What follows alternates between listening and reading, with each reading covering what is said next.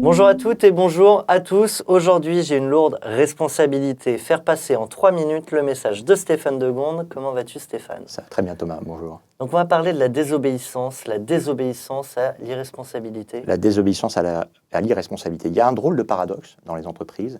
C'est que quand on regarde les titres et les cartes de visite, tout le monde a l'air d'être responsable de quelque chose. On est responsable de business unit, on est directeur des ressources humaines, on est chef de chantier, on est chargé de mission. Enfin, on est responsable forcément de quelque chose.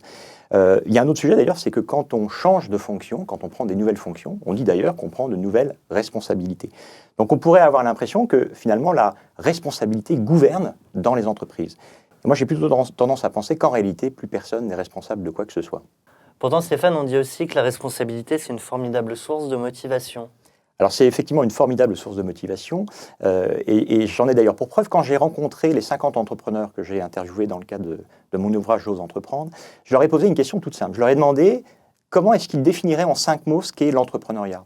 Et la réponse qu'ils m'ont apportée dans leur globalité, ces 5 mots sont liberté, courage, créativité, engagement et responsabilité. Et en fait, le vrai plaisir d'un entrepreneur, c'est finalement d'être responsable de ce qu'il fait, de faire des choix, de prendre des décisions et d'en assumer les conséquences, que ces conséquences soient bonnes ou qu'elles soient mauvaises.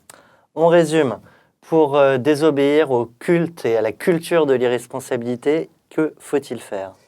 Moi, je dirais que la première chose, c'est de remettre la responsabilité individuelle au cœur de l'entreprise, que chacun soit responsable de quelque chose et qu'il puisse en assumer les conséquences.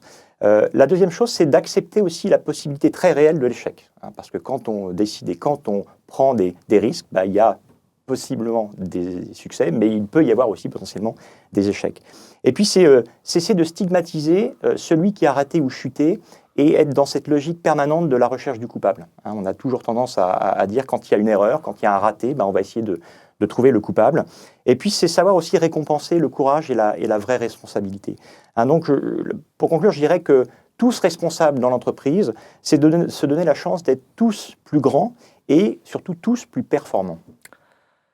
Désobéir, c'est parfois être courageux. Un grand merci à toi, Stéphane Degonde, et un grand merci à vous. On se retrouve dès la semaine prochaine pour une nouvelle chronique avec Stéphane. Merci Thomas.